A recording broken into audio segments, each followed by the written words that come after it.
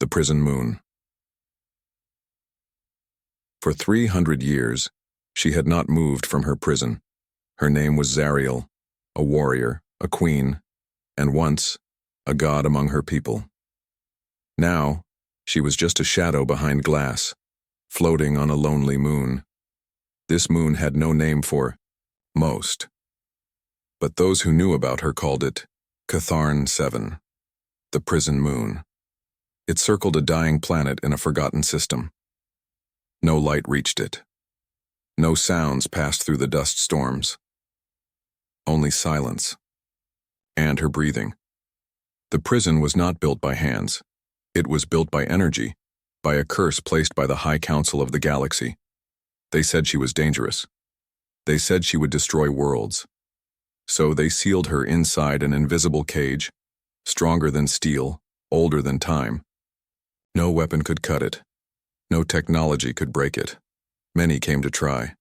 Warriors, machines, even gods. None returned.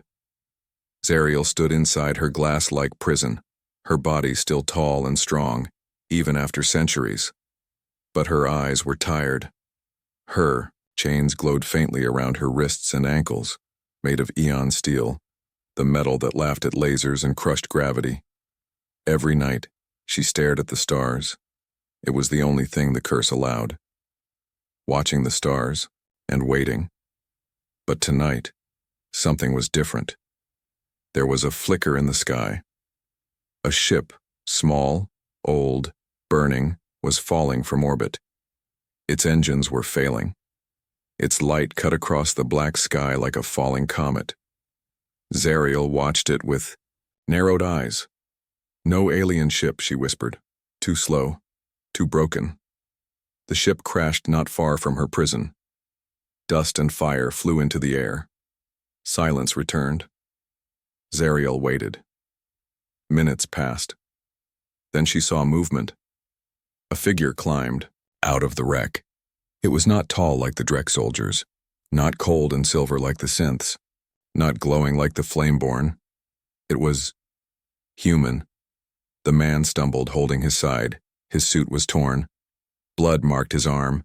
He dragged a long, wrapped object across the ground. It looked like a sword, old and broken, with only half a blade showing. Zariel's eyes widened. She hadn't seen a human in over 200 years. He walked slowly toward her prison, unaware of what was inside. His face was tired, full of pain. But there was something else in his eyes. A quiet fire. A stubbornness. He stopped in front of the glass wall. She stepped forward. The human froze, staring up at her. Zariel tilted her head. "Why have you come to this place, human?" she said, her voice echoing inside the prison. The human didn't answer. He seemed confused, like he was hearing her not with his ears, but in his mind. She tried again. "Do you not know where you stand?" Still no answer. But then he did something strange. He reached out and touched the prison wall. Zariel's breath caught. The wall shivered. It had never done that. Not in 300 years. The chains around her wrists trembled as if they were suddenly afraid. The human stepped back, startled. He looked at the sword in his hand. The metal was glowing, very faintly, but glowing. Zariel stared at it. Her voice dropped into a whisper. "That sword, that is not human-made. That is not." The man looked down at the sword. It was ancient, scratched and chipped. The handle was wrapped in cloth.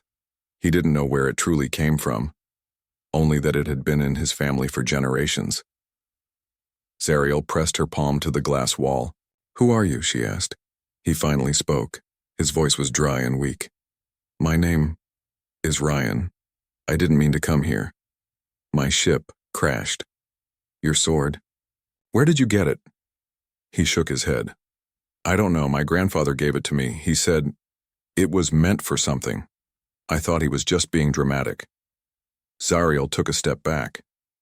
She hadn't felt this in centuries. The beam chains around her wrists were reacting to something. The curse was waking up. Ryan looked nervous.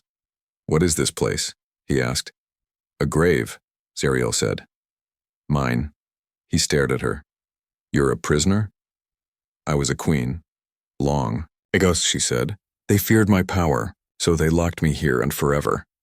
Ryan lowered the sword. Why? Because I would not bow to them. The sword pulsed once in his hand. A deep hum. Ryan flinched. Zariel leaned forward, her voice low. If that sword truly came from your bloodline, then you are not just a visitor here, you are part of this story. Ryan looked up, unsure what to say. The chains rattled. The ground trembled. Zariel smiled for the first time in centuries. You have already begun something you cannot stop. The broken sword. The sword was not glowing anymore. It now felt heavy in Ryan's hand, cold, strange, and alive. He pulled, his hand back from the invisible wall where he had touched the prison. He still didn't understand what just happened. Zariel, the woman behind the glass, was watching him like a hunter watches a wounded animal. The sword moved the chains. She said softly, but her voice shook. That has never happened. Ryan looked at the sword again. It was broken, clearly. The blade was cracked halfway down, the tip missing. Old symbols were carved into its rusted metal, but the lines were so worn they looked like scars. Don't even know what this thing is, Ryan said, half to himself. Zariel stepped closer to the inside of the glass. That, she said, is a blade forged by death, carried by time and chosen by pain. Ryan stared at her. That sounds like a riddle.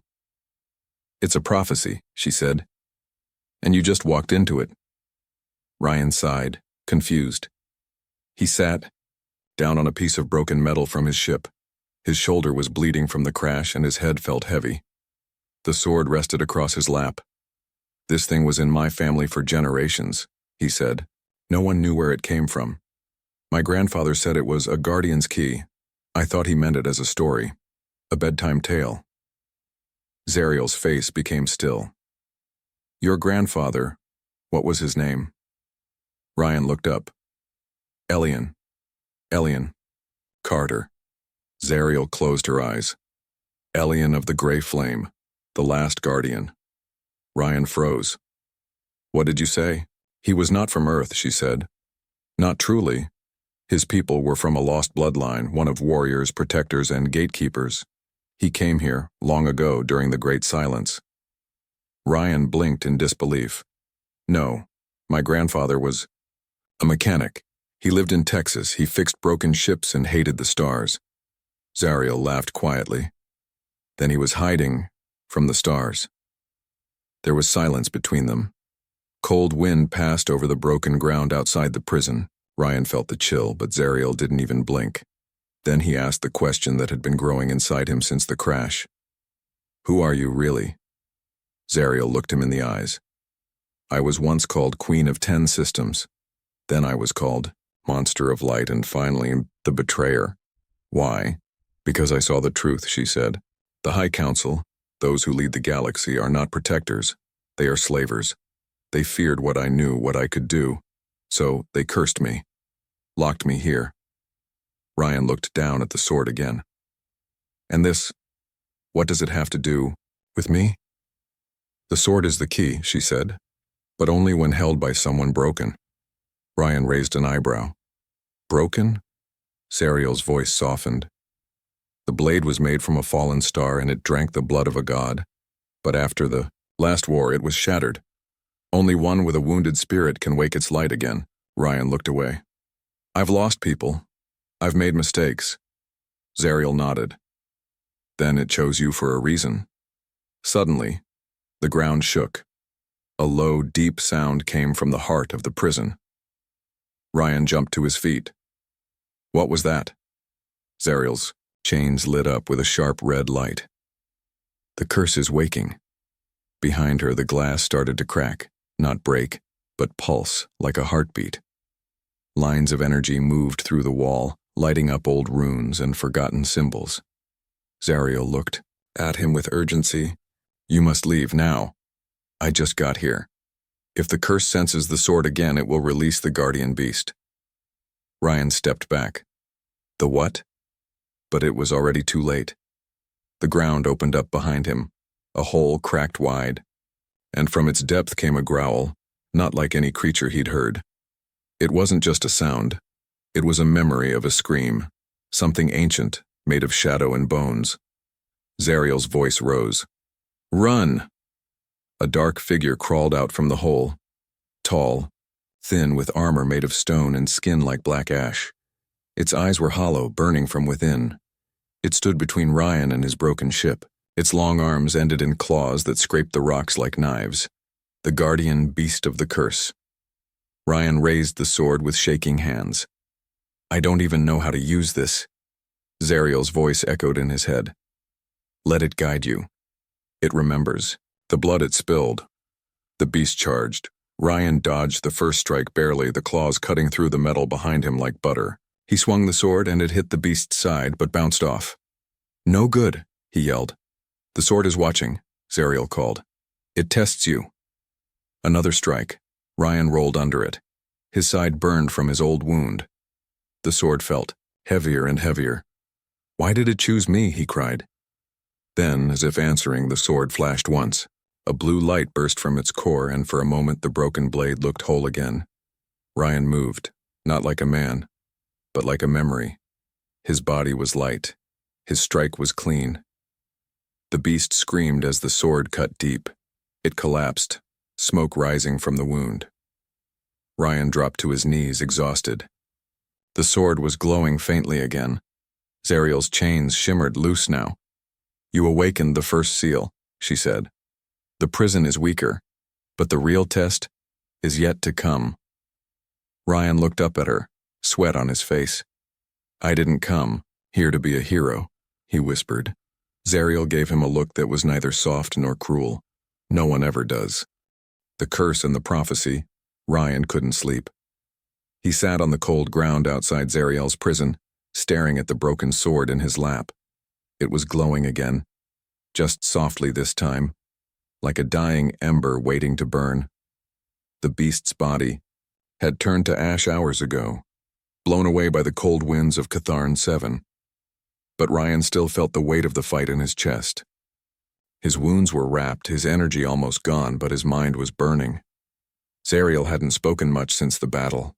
She simply stood behind the glass wall, her chains slightly looser now, her eyes watching him with something new, respect, maybe, or fear. Finally, she spoke. "You are not ready?" Ryan looked up. "Ready for what?" Zariel didn't blink. "The prophecy." He laughed bitterly. "That again? Look, I didn't grow up with magic or destiny. I grew up fixing ship engines, eating protein packs, and running from debt collectors." Zariel stepped closer to the glass. The runes on the wall shimmered where she moved, reacting to her presence. "You think prophecy waits for perfect heroes?" she said. "No, it chooses the broken ones, the ones no one expects." Ryan sighed. "Then the universe made a mistake." "No," Zariel said. It finally remembered. Ryan stared at her for a moment. Then quietly he asked the question that had been haunting him since the curse began to stir. "What exactly happened to you?" Zariel was silent for a moment. Then with a voice both proud and broken, she began. 300 years ago, I was queen of the 10 flame worlds. I ruled with force, yes, but also with fairness. My people were strong, loyal. We defended the edge systems from the Riven swarm. We pushed back the Bloodstars. We kept order where the Council only watched." Ryan listened closely, eyes narrowed. "But the Council hated that," she continued. "They feared I was growing too powerful. They feared that someone outside their golden halls could lead without their permission. So, they locked you here?" "No. First they lied. They framed me for the destruction of Arthan 4, called me a planet killer. The evidence was false, but the galaxy didn't care. I was too powerful to stand trial, so they used their last weapon." She lifted her chained hands. "The curse of chains." Ryan frowned. "What is that? Tech? Magic?" "Both," Zariel said. "And neither. It is older than the Council, older than light travel. It is the will of the ancient gods. bound into steel and spoken into blood. Ryan's throat went dry. You were cursed by gods? Zariel nodded. The gods of the first flame. They were sleeping, but the council woke them briefly, just enough to seal me in time and bind my soul to this moon. Why didn't anyone stop them? Someone tried. She looked at him, eyes sharp now. Your grandfather. Ryan froze. Elian? Yes, Elian of the Grey Flame. He was the last guardian of the blade, your sword. Ryan looked down at it. But it's broken. Zariel's voice grew quieter. Because he broke it, on purpose. Ryan stared at her. Why would he do that? To hide it, to keep it from falling into the council's hands. He gave up his place in the stars, fled to Earth, and waited for the day someone strong enough and broken enough would hold it again. Ryan was quiet. He didn't know what to say. His whole life he thought his family were just normal humans with bad luck. Now, he was part of something ancient, something too big to understand. So what now? He asked. Do I keep unlocking your chains until you're free? No, Zariel said. Now you learn what happens when the curse fights back. Before Ryan could respond, the ground rumbled again, but this time it wasn't a beast, it was deeper, lower. Zariel looked up at the sky. They've found you. Ryan turned, confused. Who? A light in the sky. Then two. Then a dozen. Ships. Sleek. Fast, sharp, falling through the clouds like arrows. Council hunters, Zariel said. They sense the curse shaking. They know someone touched it. Ryan grabbed the sword. Can we fight them? You can't, she said. Not yet. A sudden blast shook the ground near Ryan's crash site. The wreckage exploded into flames. They're not coming to talk, he muttered. Zariel's chains began glowing again, reacting to the danger. They will try to kill you, she said, but they fear the sword more than anything. If they destroy it, I will be lost forever. Ryan stood, sword in hand. So what do I do? Zariel looked at him seriously. Run. But, she raised her voice. You must go to the ruins of Varn. There is a temple there, buried under ice. Inside is the second key. Only with that can you awaken the sword's true name. Ryan shook his head. I don't know where that is. You do, she said. The sword will show you.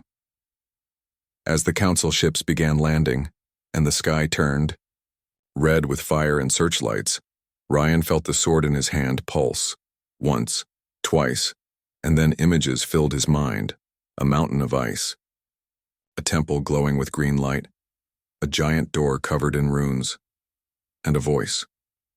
A woman's voice, not Zariel's. I have waited, Guardian.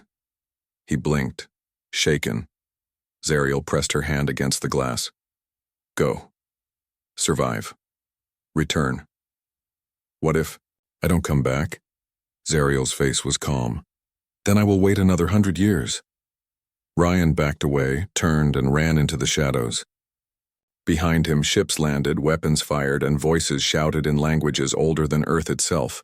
But the sword in his hand was no longer broken. It was remembering, and it was leading him home. The Guardian awakens. The sword was pulling him. Now Ryan ran across the cold plains of Catharn 7, moving far from the crash site. Council ships were still circling in the sky, scanning the surface, hunting him. But the sword in his hand, once broken and lifeless, now glowed faintly, lighting the path beneath his feet. He didn't know exactly where he was going, but the sword did, and that was enough. Zariel's words echoed in his head. Go to the ruins of Varn. The second key is there. Only with it can you awaken the sword's true name. The true name. That phrase stuck with him. His grandfather once told him everything alive has a name, but only power has a true name. Ryan never understood what he meant. Until now. Hours passed. The landscape changed. The red dust gave way to silver ice, jagged cliffs, and sharp winds that screamed like lost voices. In the distance, he saw a mountain glowing faintly green. The sword pulsed faster when he looked at it. That was it. The temple, buried beneath the ancient ice, hidden for centuries. Ryan climbed, slipping and stumbling. His wounds still hurt. His muscles ached. But something inside him, something not his own, was pushing forward. When he reached the top, he saw it, a wide stone circle, half covered in frost. Symbols glowed faintly under the surface. The wind stopped. The air felt heavier. Ryan stepped onto the stone. The moment his boot touched it, the entire platform shook. Energy rippled across it, and the ground below began to crack. The sword lifted on its own, pointing downward. A voice, not Zariel, not his, spoke from the wind. He returns. The air of the flame. The sword remembers. The ice in the center split open, revealing stairs made of black stone descending into the mountain. Ryan looked around one last time, then stepped into the darkness. The air inside was thick, ancient, cold, but not dead. There was life here. Old life. Watching life. The stairs led to a great chamber. Tall walls carved with images. Warriors, with glowing blades, beasts with too many eyes, stars being pulled down by hands of fire. Ryan walked slowly, reading nothing, understanding everything. His sword pulsed again, brighter now, and then he saw her, not Zariel.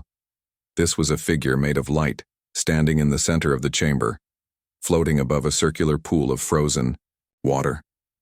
She had no face, only a form, but she felt familiar. "You have returned," she said, her voice calm and heavy. "The sword has brought you here. The flame within is waking." Ryan stepped closer. "Who are you?" "I am the last of the Watchers. I kept the key, I kept the flame waiting." She pointed to the water. Ryan looked down. Beneath the ice was a second sword, not broken. It looked almost like his, but whole. Ancient symbols glowed around it. "That is the twin," she said, "the one that never saw battle. It holds the memory of your blood." Ryan was silent. Then he asked, "What happened to us, to the Guardians?" "They fell," she said.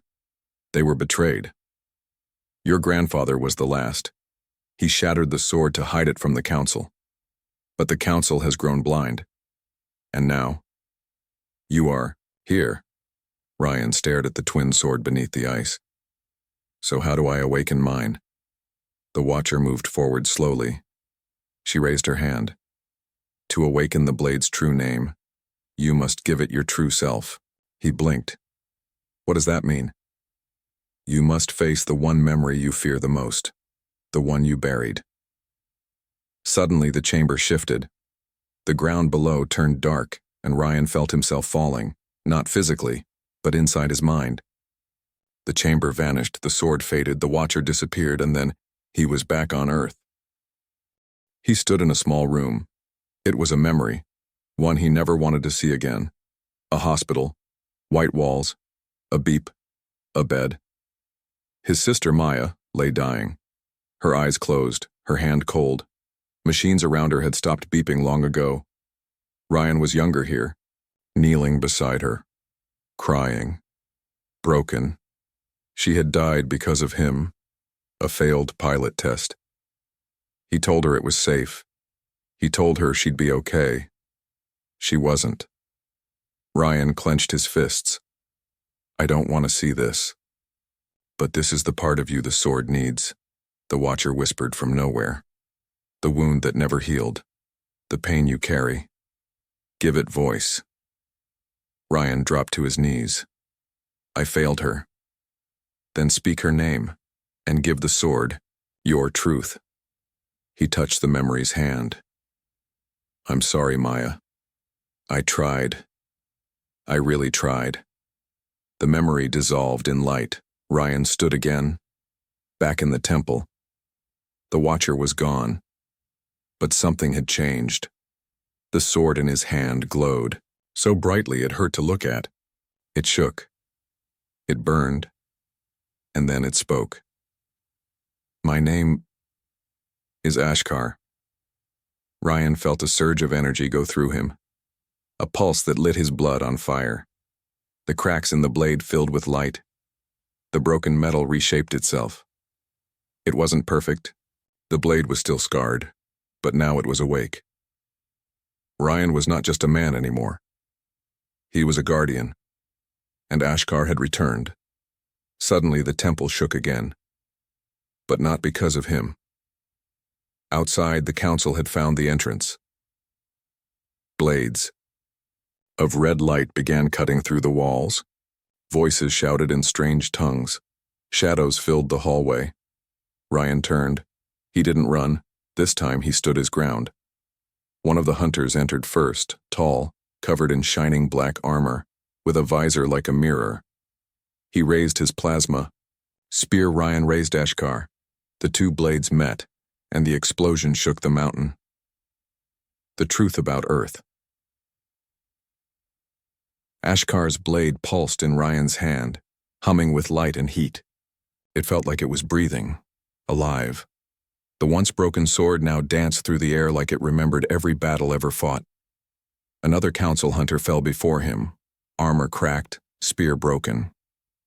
Ryan stood in the middle of the ruined temple, chest rising and falling, blood dripping from his shoulder. His body was exhausted, but something deep inside him, something older, was wide awake. The hunters were retreating. They weren't expecting a guardian. They definitely weren't expecting the sword to remember its name. Ryan dropped to one knee as the last of the council ships vanished into the sky. The green light from the temple ceiling faded. Silence returned. But it wasn't peace. It was the calm before something greater. Later, under the cracked dome of the temple, Ryan sat near the twin sword, still frozen beneath the ice. He looked at Ashkar in his hand, the blade still glowing faintly, and then he heard a voice, not Zariel, not the Watcher. This voice was sharper, clearer. "You are ready." He turned quickly. A figure stepped out of the shadows, not a spirit. A real person. She wore a white cloak. Her face was hidden by a mask shaped like a bird. Her steps made no sound. She carried no weapon. But the air around her bent with power. Ryan raised Ashkar. "Who are you?" The woman didn't flinch. "My name is Kailari. I am the last keeper of Earth's memory." Ryan's grip tightened. "Earth's... what?" Kailari lifted her hand. A hologram unfolded in the air. A map of the galaxy, ancient and alive. But Earth. Earth was glowing red. "You were taught Earth is a small world, weak behind the times." That was a lie. Ryan stared, silent. Kailari continued. "Thousands of years ago, Earth was the central forge of the Guardians. Your people created the first swords. Your ancestors carried the flame." Ryan shook his head. "That's not possible. We didn't even have space travel until..." "Because your history was erased after the fall." Kailari moved her fingers. The map zoomed in. Earth, or what used to be Earth, showed massive cities buried under ocean, destroyed towers in the deserts, and strange rings floating just beyond the moon. The fall came when the council betrayed the Guardians. They unleashed the silence, a virus of memory. It didn't kill. It made people forget. Forget who they were. Forget the sword. Forget the stars. Ryan whispered. "That's why no one remembers." "Yes," Kailari said. "Your grandfather fled to Earth after the war. The sword barely survived. He kept it hidden, hoping the flame would rise again." Ryan looked down at Ashkar.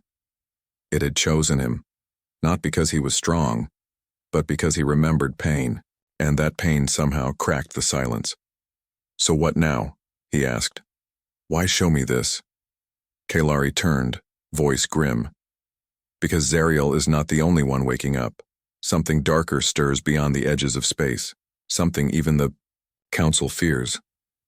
And it remembers Earth." Ryan stood slowly. "What is it?" Kailari's voice dropped. "The worm star." The room went cold. "It sleeps behind the ninth veil, But the curse on Zariel was tied to its prison. If her chains break fully, so will its own. Ryan remembered Zariel's words. I saw the truth. They feared what I knew. Now he understood. Zariel wasn't just locked away to stop her. She was locked away to contain something else. Kalari stepped forward. You must decide, Guardian. Set her fully free and risk waking the Wormstar. Or leave her in chains, and let the galaxy fall slowly under the Council's rot. Ryan's voice cracked. Is there another way? There always is, she said. But it comes at a price. She handed him a small object, a shard of stone, black and smooth, with a glowing circle at its center. This is a memory key. It will unlock the last vision your grandfather sealed inside the sword. He couldn't bear to see it. Maybe you can. Ryan took it. The moment the stone touched Ashkar's blade, everything around him vanished. He stood inside a burning world. Flames fell from the sky. Towers collapsed in waves. A great war was ending, and Earth was at its center. In the vision, he saw his grandfather, Melian, younger, stronger, wielding Ashkar in full form. He fought beside Zariel, her hair blazing with light, her chains still far in the future. They stood against something massive, a shape in the sky, not alive, but watching, not moving, but spreading. The Wormstar. It looked like a dying sun wrapped in tendrils. It consumed memory. It drank names. Where it passed, civilizations disappeared, not in fire, but in forgetting. Ryan watched Elian turn toward Zariel. If we fall, lock it. Lock everything, even me. I won't, Zariel said. You carry the last flame. Then, make sure it burns. The vision ended. Ryan gasped. Kalari's voice returned. Now you see. Zariel was never the threat. She was the last lock. And you are the key. Ryan sat in silence for a long time. Above him, stars moved slowly. Council ships were searching. The curse was growing weaker. Zariel's chains were almost gone. He had a choice. Free her, and possibly free the Wormstar too. Or walk away, and leave her to rot. He stood up. No one else could decide. No one else remembered. Just him. And the sword. Ashkar pulsed in his hand. It was time to go back. The battle for the key. The sky over Catharn 7 was no longer silent. Flames fell like comets from orbit. 6 black ships, shaped like blades, descended through the clouds, burning. With red engines. They came fast, without warnings, without signals. Ryan stood at the edge of the broken temple, watching them fall. The sword in his hand, Ashkar, hummed with tension. It had stopped glowing softly. Now it was vibrating, almost eager. They're not council ships, Ryan muttered. A familiar voice echoed behind his thoughts. Zariel. They are worse. They are hunters of the key. Ryan gritted his teeth. Bounty hunters. No, she said. They are memory eaters. They serve the Wormstar in secret, paid not in credits, but in time. Ryan didn't have time to ask what that meant. The ships landed around the temple, in a wide circle. The air grew heavier. Snow froze mid-air. The light dimmed unnaturally, as if something larger than the moon had turned its face toward them. Then came the sound. Footsteps. Not heavy, not fast, but final. 7 figures stepped out of the ships. Each was different. One wore bone armor. One had no face. One was dripping with black oil. But all of them had something in common. Their shadows moved without them. Ryan stepped back inside the ruins, sword raised. A voice called out, calm, clear, human. You are holding something that does not belong to you, Guardian. He turned. Man stood at the center of the group. No armor, just a long black coat and silver gloves. His eyes were dull gray, like they had forgotten what light was. Give us the sword, the man said, and we'll let you die quietly. Ryan narrowed. his eyes. "You first." The man smiled, and the world exploded. The first to strike was the faceless one. She moved like smoke, darting forward with a blade made of shifting glass. Ryan blocked with Ashkar, but the force threw him back. She came again, and this time the sword pulsed. It released a shockwave that shattered stone. The faceless one screamed and vanished in the wind. Another came, the one made of oil. He melted into the floor, then rose beneath Ryan's feet. Black tendrils wrapped around Ryan's legs, pulling him down. Ryan stabbed into the ground, and Ashkar burned blue fire into the shadow. Screams echoed, not from the mouth but from the mind. Ryan was breathing hard. These weren't normal enemies. They didn't bleed. They didn't speak. They didn't remember. They were unmade things. The man in the coat walked calmly toward Ryan. His voice didn't rise, but it echoed like thunder. "You don't know what you hold. That sword is not yours." "I don't care," Ryan said. "It chose me. It chooses anyone who bleeds enough." The man lifted his hand, and the air cracked. Ryan was thrown across the temple wall. The bones in his back screamed. Ashkar fell from his hand, skidding across the floor. He tried to crawl, reaching for it, but a boot came down on his hand. The man. "You're just a messenger," he said. "Not the message." Ryan spat blood. "Then why are you afraid?" "Of me?" "We're not afraid of you," the man said. "We're afraid of what's inside you." He reached into his coat and pulled out a black knife. "Let's see how deep the flame really goes." He raised it, but before he could strike, Ashkar lifted itself. The sword moved through the air, not like a weapon, but like a living thing. It pierced the man's shoulder, spun, and landed in Ryan's hand. And then, it spoke aloud, in Ryan's voice. "We are not a messenger. We are the memory that cannot be erased." The sword burst with light. The entire temple lit up. The remaining hunters screamed as their shadows caught fire. The stone cracked beneath their feet. The mountain howled. Ryan stood slowly. His eyes glowed faintly now, not his own light, but the sword's. He swung Ashkar in a wide arc. Time slowed. The faceless one froze mid-air. The oil man turned to smoke and was pulled into the blade. The mountain above them started collapsing, stone raining down like stars. Ryan didn't care. This was not just a fight. This was a reckoning. He turned to the man in the coat, now wounded, one arm missing, still smiling. "You think she'll save you?" the man coughed. "Zariel?" Ryan asked. "No," the man said. "The sword. It doesn't love you, it just remembers pain. And right now, you're full of it." The sword trembled. Ryan stepped forward.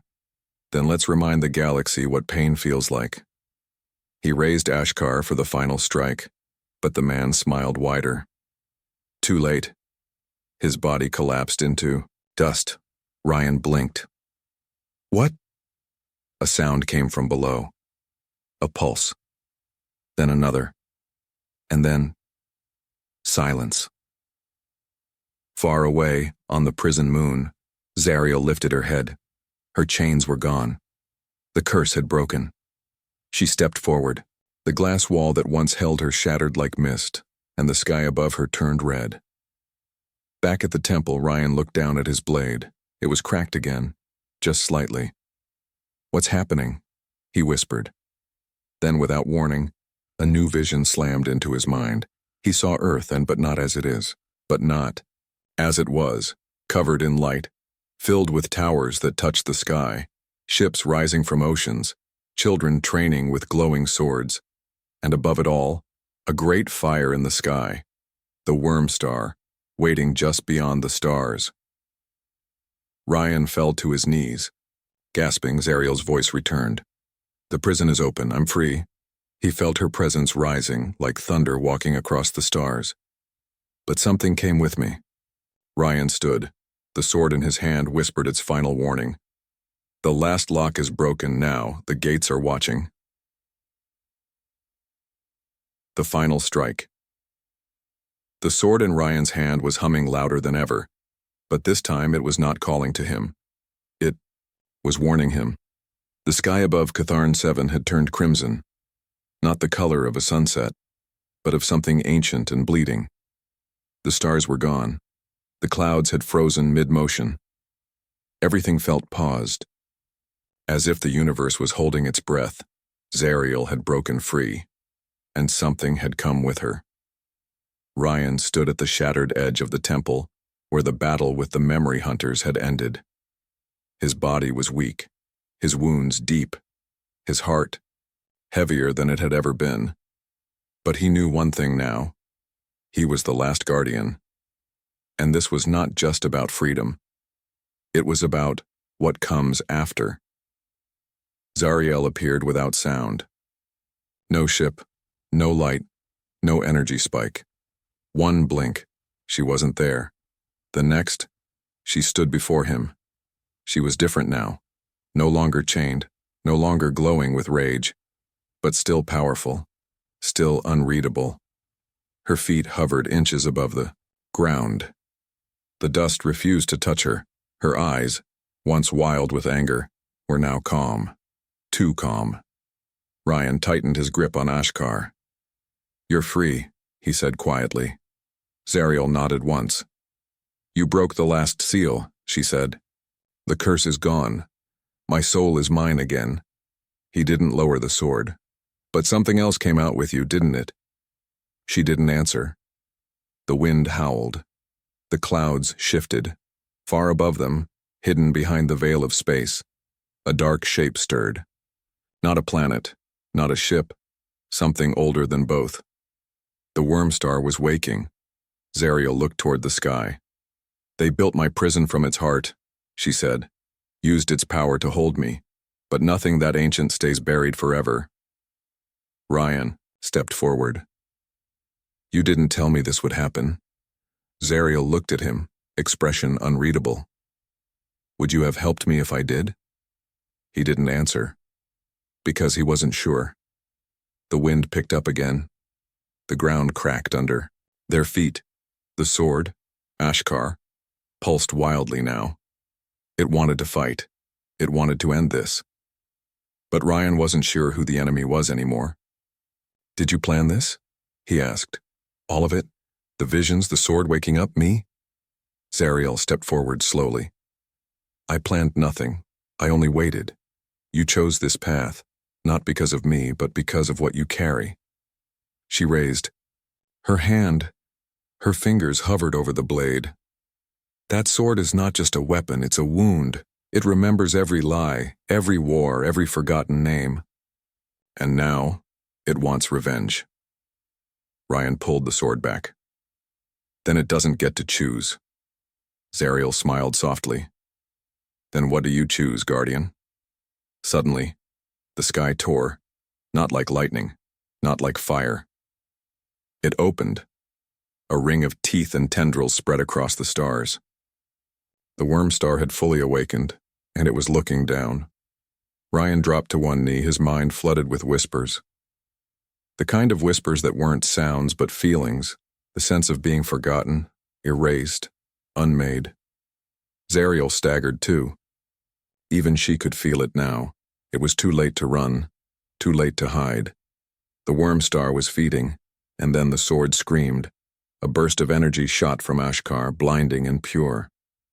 Ryan was pulled into a vision again, this time deeper than ever. He saw the first flame. The moment the sword was born, he saw Zariel, not in chains, but kneeling before the blade thousands of years ago, giving it her vow. He saw his grandfather, Elian, breaking the blade to seal the curse, knowing it would kill him. And he saw himself, not as a pilot, not as a soldier, but as a child on Earth, holding the broken sword for the first time. Smiling. The vision ended. Ryan stood, tears on his face. "This sword wasn't made to destroy," he said. "It was made to remind, to remember." Zariel watched him closely. "Then what will you do with it?" Ryan looked at the sky. "End this." He raised Ashkar and called the worm star by name. "You are not God. You are not forgotten. You are memory twisted. You are fear in a crown. The sky screamed back. But Ryan didn't flinch. Ashkar blazed with golden light. It burned so hot the temple turned to glass beneath his feet. The sword had stopped shaking.